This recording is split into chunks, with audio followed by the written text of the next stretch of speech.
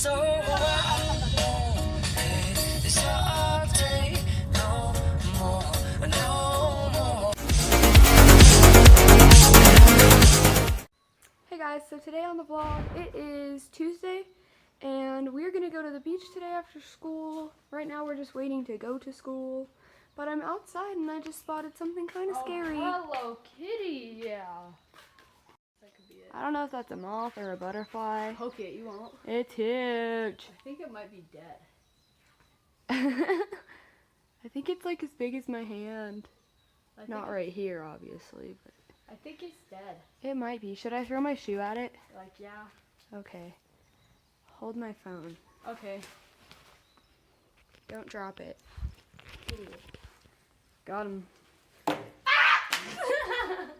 Newsflash. It's not dead. It's not dead. We have booty boards.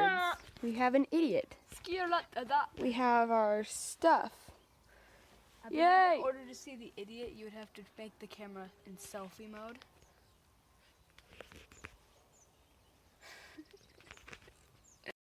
Hello everyone. It's after school now and we are at the beach. We're going to go boogie boarding. I need to change into my swimming suit though. Say hello, Katrina.